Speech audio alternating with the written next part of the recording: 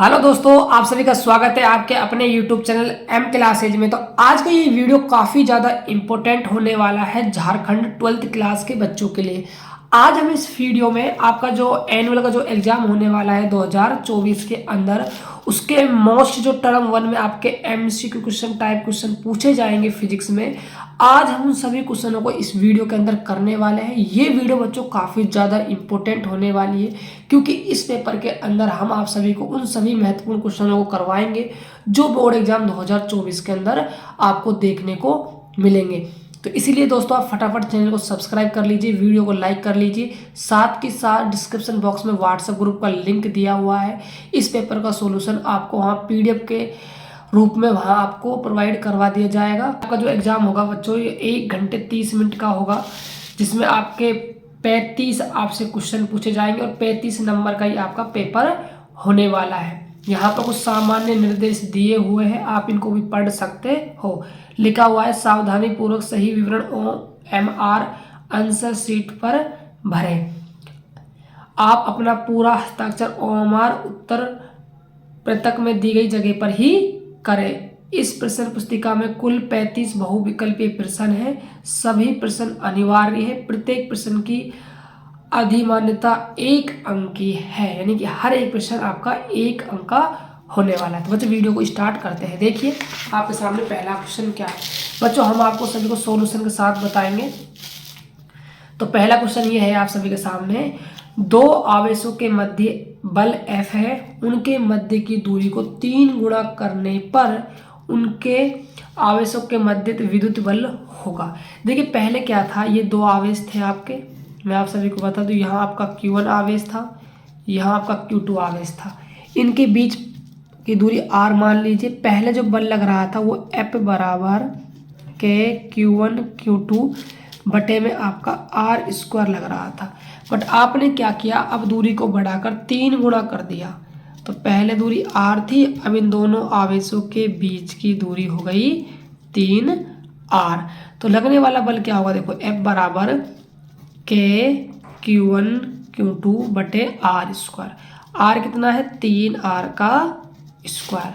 तो देखिए आगे क्या होगा, के Q1 Q2 बटा, देखिए 3R का आप स्क्वायर करते हो तो 3 का 9, R का हो जाएगा R²। जो ये बल है आपका, इसको आप मान लीजिए F डैश।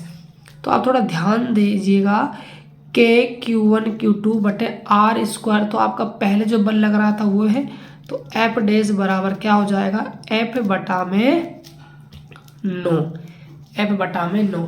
तो ऑप्शन देख लीजिए कितना बल हो जाएगा, F बटा में 9। इसीलिए आपका से ऑप्शन ना बिल्कुल करेक्ट आंसर हो जाएगा। अगला क्वेश्चन देखिए क्या है, दो प्रतिरोध तार B एक ही पदार्थ के बने हुए। बच्चों एक ही पदार्थ के बने हुए, इसका मतलब जो प्रतिरोधकता है ना वो समान होगी, ये बात आपको समझनी है। आगे क्या कह रहा है, तार A की कुल लंबाई जो है वे तार, ये बच्चों त्रिज्या नहीं है, यहाँ पर आप तार कर लीजिए काट कर, तार B से क्या है 2 गुनी है। A और B के प्रतिरोधों का अनुपात आपको बताना है। तो सूत्र होता है R बराबर में रो L अपॉन में A। अब देखिए इसने क्या कहा कि दोनों तार एक ही पदार्थ के बने हुए, तो रो तो दोनों में समान हो गया, ठीक है। और जो तार A की जो कुल लंबाई है वो तार B से क्या है, दुगुनी है। तो मान लीजिए हम तार B के लिए पहले बात करें, तार B के लिए तो क्या होने वाला है, R बराबर में रो L अपॉन A हो जाएगा, समीकरण नंबर 1। अब तार A के लिए हम बात करते हैं, तार A के लिए तो तार A की जो लंबाई है वो B की तार की तुलना में क्या है, 2 गुनी है। तो R बराबर में रो तो आपका समान ही, और अनुप्रस्थ काट का क्षेत्रफल नहीं बदला, तो लंबाई बदली है सिर्फ 2L बटा में A। 2 यहाँ से बाहर, इसको R डैश मान लीजिए, 2 बाहर आ गया, RL अपॉन में A। तो जो रो L अपॉन A है वो तो आपका R है, तो R डैश बराबर में 2R। तो आपको कह रहा है कि तार A और B के प्रतिरोधों का आपको अनुपात बताना है। तो तार A की जो लंबाई है वो B से दुगनी हो गई थी, ये हमने R निकाला यहाँ B के लिए, यहाँ हमने R डैश निकाला किसके लिए, A के लिए। तो आप देखिए आपको R बटा यदि R डैश निकालना है तो आप क्या करोगे, यहाँ 1 था आपने इसका भाग दे दिया, 1/2, 1/2 आ जाएगा। मतलब कि जो आपसे ऊपर आया, इसलिए आपका से ऑप्शन है बिल्कुल सही। ये R/R डैश का मतलब है बच्चों तार B और तार A के प्रतिरोधों का अनुपात। बट इसने क्या पूछा है, A और B के तारों का अनुपात पूछा है, तो मतलब A तार का जो प्रतिरोध है वो आपका ऊपर आएगा। 2:1 आपका आंसर हो जाएगा। से ऑप्शन आपका बिल्कुल सही हो जाएगा। अगला क्वेश्चन है तीसरा, लेंज का नियम देता है प्रेरित विद्युत वाहक बल का परिमाण, प्रेरित धारा की दिशा, प्रेरित धारा का परिमाण और दिशा दोनों, और लास्ट ऑप्शन है आप सभी के सामने, देख लीजिए प्रेरित धारा का परिमाण। याद रखिए बच्चों, जो आपका लेंज का नियम होता है वो हमेशा आपको प्रेरित धारा की दिशा बताता है। बी ऑप्शन आपका बिल्कुल करेक्ट आंसर हो जाएगा। तो अगला देखिए क्वेश्चन नंबर आपका है 4, चुंबकीय प्रवृत्ति तथा चुंबकनशीलता में सही संबंध कौन सा है। बच्चों काफी अच्छा क्वेश्चन है, इंपॉर्टेंट क्वेश्चन है बोर्ड एग्जाम 2024 के लिए। तो इसका आपका जो ऑप्शन है बच्चों वो फर्स्ट ऑप्शन आपका बिल्कुल राइट आंसर हो जाएगा। काई एम बराबर होता है न्यू आर माइनस का 1। अगला क्वेश्चन है, यदि न्यू नोट तथा एप्सिलॉन नोट क्रम से निर्वात की पारगम्यता तथा विद्युतशीलता की पारगम्यता हो तो निर्वात में विद्युत चुंबकीय तरंगों का वेग होगा। तो वेग जो आपका हो जाएगा C बराबर वो होता है 1/√, न्यू नोट एप्सिलॉन नोट। तो ऑप्शन आपका बे बिल्कुल करेक्ट आंसर हो जाएगा। अगला क्वेश्चन है, न्यू आवृत्ति के फोटोन का संवेग होगा। तो बच्चों संवेग पूछ रहा है, संवेग होता है P बराबर में mb, ये आपका संवेग होता है। तो आपसे फोटोन का संवेग पूछा जा रहा है, ये एक फॉर्मूला है संवेग का। एक फॉर्मूला और पढ़ा होगा आपने, P बराबर में h/λ, ये और फॉर्मूला आपका होता है। आप सभी जानते हो न्यू बराबर होता है C/λ। यदि आप यहाँ से लेमड़ा की वैल्यू निकालते हो तो C/न्यू आपका फॉर्मूला बन जाएगा। लेमड़ा की यहाँ वैल्यू जमाते हो तो P बराबर में आप पाते हो C/न्यू, न्यू आपका टॉप पे जाएगा तो h/C आपका राइट आंसर हो जाएगा। तो आपका सी ऑप्शन बिल्कुल सही हो जाएगा। निम्न में से कौन सा तत्व दाता अशुद्धि है। देखो बच्चों 2 प्रकार की अशुद्धि होती है, मैं आप सभी को बता दूं। एक तो होती है ग्राही अशुद्धि और एक होती है दाता अशुद्धि। 14वें वर्ग के तो आपके अर्धचालक बनाए जाते हैं, 13वें वर्ग के तत्वों की ग्राही अशुद्धि कहते हैं और 15वें वर्ग के तत्वों को कहते हैं दाता अशुद्धि। अब क्वेश्चन में आपसे दाता अशुद्धि पूछा है तो जो इसका राइट आंसर है देख लीजिए, 15वें वर्ग का तत्व ना तो एल्यूमिनियम होता है, ना बोरोन होता है, ना गैलियम होता है, आपका होता है फास्फोरस। ऑप्शन आपका बिल्कुल सही हो जाएगा। प्रत्यावर्ती धारा के एक संपूर्ण चक्कर में माध्य धारा का मान होता है, तो ये आपका 0 होता है एक संपूर्ण चक्कर के लिए। अगला क्वेश्चन है, आदर्श पीएन संधि को प्रयुक्त किया जाता है प्रवर्धक के रूप में, दिष्टकारी के रूप में, दोलित्र के रूप में, या फिर आपका है बच्चों मॉड्यूलेटर के रूप में। तो याद रखिए पीएन संधि जो आपका डायोड होता है उसको दिष्टकारी के रूप में आप प्रयुक्त करते हो। बी ऑप्शन आपका बिल्कुल करेक्ट आंसर हो जाएगा। अगला क्वेश्चन है, एक एन टाइप अर्धचालक होते हैं, ऋणावेशित, धनावेशित, उदासीन, इनमें से कोई नहीं। एन टाइप का अर्धचालक पूछ रहा है बच्चों, तो ये आपके कैसे होते हैं, हमेशा उदासीन होते हैं। अगला क्वेश्चन है, किसी नाभिक के लिए प्रतिन्यूक्लियन बंधन ऊर्जा का मान सर्वाधिक होगा, तो ये आपका होता है 26 आयरन 56 के लिए। अगला क्वेश्चन है आपका 12वां, हाइड्रोजन परमाणु में इलेक्ट्रॉन के प्रथम कक्षा की त्रिज्या एंगस्ट्रॉम में होती है। एंगस्ट्रॉम में पूछ रहा है। देखिए आपको त्रिज्या का फॉर्मूला याद होना चाहिए। एनवीं कक्षा में क्या होता है, ये होता है आपका Rn बराबर में 0.529 Z² बटे में n² बटे में Z एंगस्ट्रॉम होता है आपका फॉर्मूला। ठीक है, अब ये हाइड्रोजन की पहली कक्षा की बात कर रहा है तो हाइड्रोजन का परमाणु क्रमांक 1 हो गया और संख्या कक्षा की भी पहली है तो n का मान भी 1 हो गया। रखोगे आप तो R1 बराबर कितना आएगा, 0.529 एंगस्ट्रॉम। इसीलिए आपका ए ऑप्शन बिल्कुल सही हो जाएगा। देखिए अगला क्वेश्चन क्या है, प्रकाश विद्युत धारा का मान, ये बच्चों मान है ना, इसमें तो टाइपिंग मिस्टेक हो गई। मान निर्भर करता है, ये आपको बताना है। केवल प्रकाश की तीव्रता पर, प्रकाश की आवर्ती तथा स्रोत धातु के मध्य दूरी दोनों पर, धातु के कार्यफलन पर, उपरोक्त सभी। तो 13वें का राइट आंसर बताइए क्या होने वाला है। तो याद रखिए आपकी प्रकाश की आवर्ती स्रोत धातु के मध्य की दूरी पर निर्भर करता है। वे ऑप्शन आपका बिल्कुल सही हो जाएगा। प्रकाश के विवरण की व्याख्या निम्न में से संभव है। तो बताइए प्रकाश की क्वांटम प्रकृति से, प्रकाश की तरंग प्रकृति से, प्रकाश के लिए न्यूटन का कड़ी का सिद्धांत, उपरोक्त में से कोई नहीं। तो आपका बे ऑप्शन बिल्कुल सही हो जाएगा। प्रकाश की तरंग प्रकृति से आप व्याख्या कर सकते हो। अगला क्वेश्चन है अवतल दर्पण की आवर्धन क्षमता होती है। देखो बच्चों आपने दर्पण दो प्रकार का पढ़ा होगा, एक तो आपने उत्तल पढ़ा होगा, एक आपने अवतल पढ़ा होगा। तो आपसे पूछा जा रहा है कि अवतल दर्पण की जो आवर्धन क्षमता होती है वो कैसी होती है, ये आपको बताना है। तो राइट आंसर बताइए कैसी होगी। देखो बच्चों आप सभी को बता दो, अवतल दर्पण की जो आवर्धन क्षमता होती है वो नेगेटिव भी होती है और आपकी पॉजिटिव भी होती है। और बात करें उत्तल दर्पण के लिए तो इसके अंदर जो आवर्धन क्षमता होती है वो आपकी पॉजिटिव होती है। तो अवतल दर्पण पूछ रहा है धनात्मक ऋणात्मक, बच्चों दोनों होगी, दोनों कोई ऑप्शन हो तो उसको आप टिक कर दीजिए। तो देख लीजिए है से ऑप्शन आपका धनात्मक व ऋणात्मक। ऋणात्मक एक को ऋणात्मक कर लीजिए, है ना। मिसप्रिंट भाई काफ़ी मिसप्रिंट हुई है टाइपिंग में, थोड़ा सा मैनेज कीजिएगा। ऋणात्मक है ना, तो आपका सी ऑप्शन बिल्कुल सही हो जाएगा। अगर किसी सूक्ष्मदर्शी की नलिका की लंबाई बढ़ाई जाती है तो आवर्धन क्षमता घटती है, बढ़ती है, कम है, ये कम व अधिक हो जाती है, अपरिवर्तित रहती है। तो राइट आंसर आ जाएगा बच्चों बढ़ती है। याद रखिएगा नलिका की लंबाई बढ़ाते हो तो बढ़ती है आवर्धन क्षमता। अगला क्वेश्चन है ट्रांसफार्मर किस सिद्धांत पर कार्य करता है। ये बच्चों आपका अन्योन प्रेरण सिद्धांत पर कार्य करता है। अच्छा क्वेश्चन है बच्चों, टॉप क्वेश्चन है ना, ध्यान से पढ़कर जाना। अगला क्वेश्चन है आपेक्षिक पारगम्यता का इकाई होती है वेबर बटे मीटर, इकाई रहित हेनरी मीटर, एम्पियर मीटर। ये बच्चों आपकी होती है इकाई रहित, इसका कोई मात्रक होता नहीं है। तांबा कैसा पदार्थ है, प्रतिचुंबकीय, अणुचुंबकीय, लोह चुंबकीय, प्रतिचुंबकीय, लोह चुंबकीय दोनों। तो ये आपका बच्चों प्रतिचुंबकीय पदार्थ है। अगला क्वेश्चन क्या है गतिमान आवेश से उत्पन्न हो सकता है। गतिमान आवेश से क्या उत्पन्न हो सकता है बच्चों, ये आपको बताना है।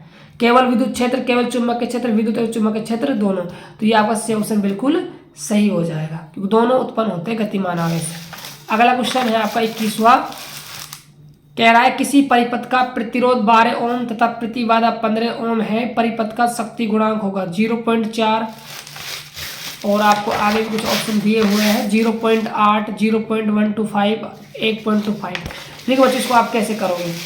सिंपल क्वेश्चन है बच्चों, काफ़ी बार बोर्ड एग्जाम में पूछा गया है, उम्मीद है कि 2024 के अंदर भी क्वेश्चन आपसे पूछा जाएगा। परिपथ का प्रतिरोध मतलब आर की वैल्यू दी हुई है आपको 12 ओम है, जेड मतलब प्रतिबाधा दी हुई है आपको 15 ओम है। आपसे कह रहा है शक्ति गुणांक मतलब कोस फाई निकलवा रहा है, तो कोस फाई का जो सूत्र होता है बच्चों वो आपको होता है आर बटा में जेड। तो कोस फाई बराबर में आर की वैल्यू है 12 बटे में 15, 3 के पहाड़े से काट दीजिए, 3 चौके 12, 3 पंजे 15, भाग लगाइए नहीं जाएगा 0.40 हो गया और 5 अट्ठे 40, तो 0.8 आपका आंसर हो जाएगा। इसीलिए आपका बे ऑप्शन बिल्कुल सही हो जाएगा। अगला क्वेश्चन देखिए, अनंत लंबाई के एक तार में धारा I प्रवाहित हो रही है, तार से लंबवत दूरी R पर चुंबकीय क्षेत्र B है, निम्न में से कौन सा संबंध सही है। तो ये डेरिवेशन पार्ट का ये क्वेश्चन है बच्चों। एक तार है जिसमें I धारा प्रवाहित हो रही है, इससे R दूरी पर एक बिंदु P है जो 90 डिग्री पर है। तो जो ये बिंदु P है इस पर कितना चुंबकीय क्षेत्र उत्पन्न होगा ये आपने पढ़ा होगा। B बराबर फॉर्मूला होता है न्यू नोट I अपॉन में 2R। तो जो B है ना आपका वो दूरी की क्या है व्युत्क्रमानुपाती है, इसीलिए आपका बे ऑप्शन बिल्कुल सही हो जाएगा। अगला क्वेश्चन है आदर्श वोल्टमीटर एवं आदर्श एमीटर के प्रतिरोध होने चाहिए। टॉप नंबर का क्वेश्चन है बच्चों, ध्यान से पढ़कर जाना, बोर्ड एग्जाम में पूरी संभावनाएं आएगा। तो याद रखिए आदर्श वोल्टमीटर का जो प्रतिरोध होता है वो आपका अनंत होता है और आदर्श एमीटर का जो प्रतिरोध होता है वो आपका शून्य होता है, इसलिए आपका बे ऑप्शन बिल्कुल सही हो जाएगा। अगला क्वेश्चन देखिए क्या है, निम्न में से ओम प्रतिरोध है, ओम प्रतिरोध बताना है आपको कौन सा होगा। क्वेश्चन नंबर 24, सेल का आंतरिक प्रतिरोध, ट्रायोड का प्रतिरोध, डायोड का प्रतिरोध, नाइक्रोम का प्रतिरोध। इसमें आपका दे ऑप्शन बिल्कुल सही आ जाएगा, नाइक्रोम का प्रतिरोध। अगला क्वेश्चन है, यदि एक चालक तार का प्रतिरोध आधा, धारा का मान 2 गुना कर दिया जाए तो उत्पन्न ऊष्मा होगी।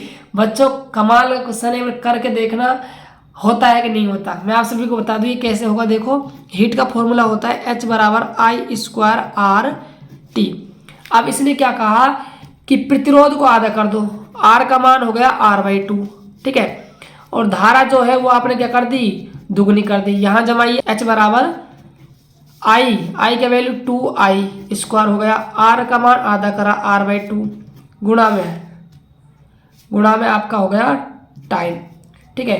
देखो ये आपका 4I² R/2T हो गया, ठीक है। जो ये वाला है आपका, ये वाला है, ध्यान से देखना, ये वाला जो है आपका, ये तो आपका क्या बन गया I, ये फॉर्मूला बन गया H, इसको नया मान लो H बराबर ये 4 है, गुणा में 1/2 है, और आपका H आ गया हीट, तो 2 से ये 4 कट गया 2 बार, H बराबर 2H। तो पहले की तुलना में जो ऊष्मा है वो कितनी गुना हो गई आपकी, 2 गुना हो गई। इसलिए आपका जो ऑप्शन है से ऑप्शन आपका बिल्कुल सही हो जाएगा। अगला क्वेश्चन है, समव्योह पृष्ठ वह है जिसका व्योह शून्य हो, जिसके समस्त बिंदुओं पर व्योह समान हो, जिस पर ऋणात्मक व्योह विद्यमान हो, जिस पर धन व्योह विद्यमान हो। तो याद रखिए जिसका समस्त बिंदुओं पर क्या हो, व्योह समान हो। अगला क्वेश्चन है, परावैद्युत पदार्थ होते हैं। तो बच्चों परावैद्युत पदार्थ कैसे होते हैं ये आपको बताना है। तो देखिए चालक होते हैं, अचालक होते हैं, अर्धचालक होते हैं, इनमें से कोई नहीं। तो याद रखिए ये आपके हमेशा अचालक होते हैं। बच्चों यहाँ अचालक के स्थान पर आपको ना कभी कभी वो कुचालक भी दे देगा, आपको कंफ्यूज नहीं होना है, ठीक है, एक ही बात होती है। अगला क्वेश्चन है, एक समान आवेशित एक गोलीय खोल या कोश के भीतर विद्युत विभव V की दूरी R पर निर्भरता होती है। बच्चों ये हमेशा क्या रहते हैं, नियत रहते हैं, ये बात आप ध्यान रखिएगा, V बराबर नियत। अगला क्वेश्चन है, चुंबकीय फ्लक्स का SI मात्रक। बच्चों याद करवाया था घेवर नहीं वेबर, ऑप्शन आपका बिल्कुल सही हो जाएगा। आगे कह रहा है, परावर्तक दूरदर्शी में अभिदर्शक के रूप में प्रयोग किया जाता है। उत्तल लेंस, उत्तल दर्पण, प्रिज्म या फिर आपका अवतल दर्पण। तो राइट आंसर हो जाएगा इसमें आपका अवतल दर्पण, दो ऑप्शन आपका बिल्कुल सही हो जाएगा। अगला क्वेश्चन है, एक अवतल दर्पण की वक्रता त्रिज्या 20 सेंटीमीटर है, तो इस दर्पण की फोकस दूरी होगी। तो बच्चों ये कैसे होगा, क्वेश्चन देखो आपने संबंध पढ़ा होगा वक्रता त्रिज्या और फोकस दूरी में R बराबर 2F। अब आपसे फोकस दूरी पूछ रहा है तो फॉर्मूला बन जाएगा F बराबर में R/2। देखिए जो आपको वक्रता त्रिज्या दी है और दर्पण कौन सा है, अवतल, तो अवतल दर्पण की वक्रता त्रिज्या होती है माइनस की, यदि उत्तल दर्पण होता तो प्लस की ली जाती। तो फॉर्मूला F बराबर माइनस का 20/2, तो ये आपकी आ जाएगी माइनस की 10 सेंटीमीटर। तो आपका जो राइट आंसर है उससे ऑप्शन आपका बिल्कुल सही हो जाएगा। अगला क्वेश्चन है 32वां नंबर का, सुनिए ध्यान से क्या कह रहा है। यदि यंग के द्विस्लिट व्यतिकरण प्रयोग में स्लिटों के बीच की दूरी 3 गुना कर दी जाए तो फिंजों की चौड़ाई हो जाएगी। तो देखिए आपने सूत्र पढ़ा होगा फिंजों की चौड़ाई का, B बराबर lambda capital D small d होता है, ठीक है। अब आपसे क्या कह रहा है कि आपने स्लेटों के बीच की दूरी 3 गुना कर दी, स्लेटों के बीच की 3 गुना कर दी, तो ये आपने कितनी गुना कर दी, 3 गुना कर दी, ठीक है, डी का मान। तो पहले ये बीटा हो गया और ये अब बीटा बराबर हो गया, तो 1/3 गुना हो जाएगी, ये ऑप्शन आपका बिल्कुल सही हो जाएगा। अगला क्वेश्चन क्या है देखिए, यदि फाई कार्यफलन है किसी धातु का तो दहली, बच्चों दिल्ली नहीं है, क्या है ये, दहली है, दहली तरंग दैर्घ्य का सूत्र होगा। तो देखिए आपने सभी ने पढ़ा होगा फाई बराबर होता है h/ν0। अब दहली तरंग दैर्घ्य की बात कर रहा है तो h बराबर c/में लैम्बडा नोट, लैम्बडा नोट निकालोगे तो आप पाओगे h/में फाई नोट, आपका क्या होता है कार्य फलन, तो h/में फाई नोट, इसलिए आपका दे ऑप्शन बिल्कुल सही हो जाएगा। नोट नहीं लगा रखा बच्चों तो कोई बात नहीं, नोट लगा रखा हो चाहे नहीं लगा रखा हो बात वही है, ठीक है। फोटोन का संवेग होता है, ये आपको बताना है, संवेग बताना है भाई। तो आप सभी ने फॉर्मूला पढ़ा होगा P बराबर में h/में लैम्बडा, ठीक है। इस पर अभी हमने क्वेश्चन किया था, आप सभी को ध्यान हो तो इससे पहले, ठीक है। तो न्यू बराबर होता है c/में लैम्बडा, तो लैम्बडा निकालोगे तो c/में न्यू, यहाँ वैल्यू रखोगे आप लैम्बडा की तो जो आपका न्यू है वो एच के पास चला जाएगा, सी नीचे रह जाएगा, तो इसलिए आपका सी ऑप्शन बिल्कुल सही हो जाएगा। देखिए अगला क्वेश्चन क्या है आपका, नाभिक है एक 13 एल्यूमिनियम 27 की त्रिज्या होगी, आपको त्रिज्या निकालनी है। तो देखिए त्रिज्या का फॉर्मूला पढ़ा होगा आप सभी ने, आर बराबर क्या होता है, आर नोट ए की पावर 1/3 होता है। ठीक है, तो आर निकालना है, तो आर बराबर इसकी वैल्यू होती है 1.2 फर्मी मीटर में होती है। ए होती है द्रव्यमान संख्या, द्रव्यमान संख्या कितनी है 27, तो यहाँ 27 की पावर कितनी हो जाएगी 1/3, तो आर बराबर 1.2 गुणा 27 को आप क्या लिख सकते हो, 3 की पावर 3 की घात 1/3 फर्मी मीटर। देखो 3 से 3 कट गई, तो यहाँ 1.2 गुणा में 3 फर्मी मीटर, मल्टीप्लाई करोगे 3 दूनी 6, 3 कम 3, तो 3.6 फर्मी मीटर आ जाएगा। तो ए बे से में से कुछ भी नहीं है, दे देखते हैं, दे, हाँ जी दे ऑप्शन आपका बिल्कुल सही हो जाएगा। अगला क्वेश्चन है, एन प्रकार के अर्धचालकों में बहुसंख्यक आवेशवाहक व अल्पसंख्यक आवेशवाहक होते हैं। इलेक्ट्रॉन होल्स, इलेक्ट्रॉन इलेक्ट्रॉन दोनों बराबर, इनमें से कोई नहीं। एन प्रकार के अर्धचालक के बच्चों तो याद रखिए बहुसंख्यक आवेशवाहक इलेक्ट्रॉन होंगे और अल्पसंख्यक आवेशवाहक आपके होल्स हो जाएंगे, तो इसलिए आपका जो ऑप्शन ए है वो बिल्कुल सही हो जाएगा। अगला क्वेश्चन है, एक उत्तल लेंस की वक्रता त्रिज्या 15 सेंटीमीटर है तथा 30 सेंटीमीटर, जिसका अपवर्तनांक 1.5 है, लेंस की फोकस दूरी ज्ञात कीजिए। देखो फोकस दूरी ज्ञात करने का फॉर्मूला होता है 1/f बराबर में न्यू माइनस का 1 ब्रैकेट 1/में r1 माइनस का 1/में r2। अब देखिए लेंस आपका है उत्तल लेंस, तो r1 की वैल्यू आप लोगे माइनस की 15 सेंटीमीटर, r2 का मान लोगे आप माइनस का 30 सेंटीमीटर और न्यू का मान लोगे आप 1.5 सेंटीमीटर। तो बच्चों इस फॉर्मूला रख कर यदि आप कैलकुलेट करते हो, इतना तो आप कर ही सकते हो, तो आपको मिलेगा आंसर 20 सेंटीमीटर। अगला क्वेश्चन है, 5 गुणा 10 की घात -19 कूलाम आवेश में कितने इलेक्ट्रॉन मौजूद है। तो इलेक्ट्रॉनों की आपको संख्या निकालनी, तो कैसे निकालोगे, फॉर्मूला पढ़ा होगा आपने, Q बराबर NE, N होता है इलेक्ट्रॉनों की संख्या, तो N बराबर हो जाएगा Q/E। इस पर तो बच्चों मैंने अलग से न्यूमेरिकल की वीडियो बना रखी है, इस टॉपिक पर आप जाइए चैनल पर, उसको भी देख लीजिएगा। ठीक है, तो N बराबर Q की वैल्यू कितनी है 5 गुणा 10 की घात -19 बटे में इलेक्ट्रॉन का आवेश 1.6 10 की घात -19, तो 19 पावर से 19 पावर कट गई, यहाँ 5 बटे में 1.6 बचा, पॉइंट हटाया तो वहाँ 50 हुआ, बटे में 16। अब देखिए ये आपका भाग लगाते हो आप, 16 दूनी 32, 16 तिया 48, तो 3 पॉइंट कुछ आएगा, बट पॉइंटों में होता नहीं, आवेश संख्या एक पूर्ण संख्या में होता है, इसलिए 3 आंसर आपका सही हो जाएगा।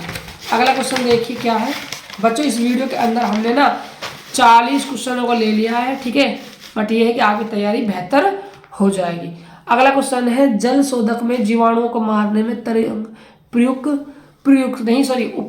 उपयोगी होती है, तो किस तरंग का उपयोग किया जाता है जल शोधक में जीवाणुओं को मारने के लिए, आपको बताना है। क्वेश्चन नंबर आपका है 39, अवरक्त तरंग, सूक्ष्म तरंग, पराबैंगनी तरंग, गामा किरण, तो याद रखिए पराबैंगनी किरणों का उपयोग किया जाता है।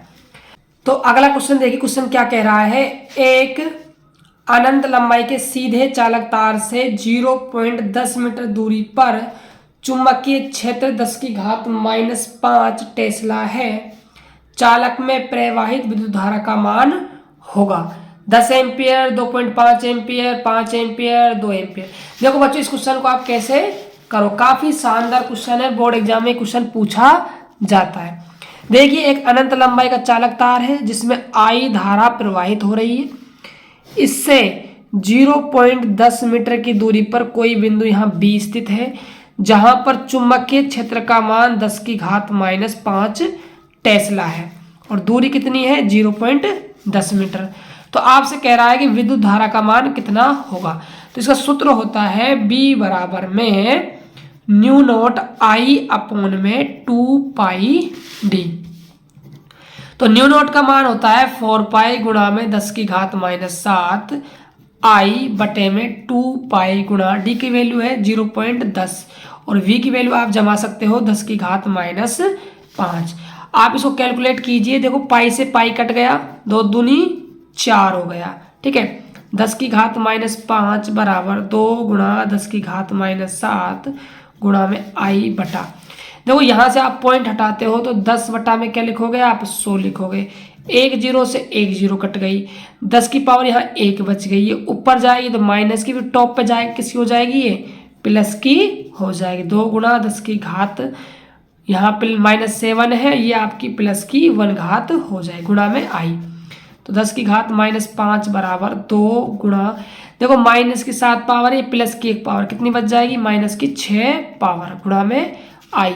देखो ये 5 पावर है माइनस की, ये 6 पावर है, तो 5 पावर तो कट जाएगी, यहाँ तो बचेगा 1 गुणा बराबर 2 गुणा 10 की घात -1 गुणा में आई।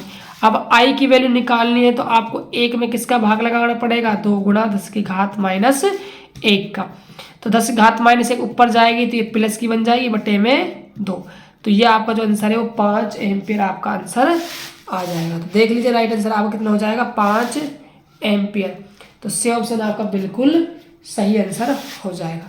तो बच्चों ये थे आपके मोस्ट 40 क्वेश्चनों किया बच्चों हमने, आपके एग्जाम में पूछे जाएंगे 35 क्वेश्चन, यहाँ 5 क्वेश्चन हमने एक्स्ट्रा करवा दिए हैं आप सभी को। तो बच्चों ये वीडियो आपको कैसी लगी आप जाते जाते जरूर बताना। साथ के साथ हमारे चैनल पर अब आपको मॉडल सेट मिलते रहेंगे, रेगुलर क्लासें आपको मिलती रहेगी, फिजिक्स की क्लास, केमिस्ट्री की, हो सके तो हम मैथ की क्लास भी आप सभी के लिए लाएंगे। इसीलिए आप प्लीज़ चैनल को एक बार सब्सक्राइब भी जरूर कर लीजिएगा और बेल आइकन घंटी को प्रेस कर लीजिएगा ताकि नोटिफिकेशन आप सभी के पास समय समय पर पहुंच सके। और व्हाट्सएप ग्रुप का लिंक बच्चों मैंने आपको डिस्क्रिप्शन बॉक्स में दे रखा है, उसको भी आप जरूर ज्वाइन कर लीजिए क्योंकि इस क्लास का जो PDF है वो आपको व्हाट्सएप ग्रुप में मिल जाएगा। तो मिलते हैं नेक्स्ट वीडियो में, तब तक के लिए जय हिंद जय भारत।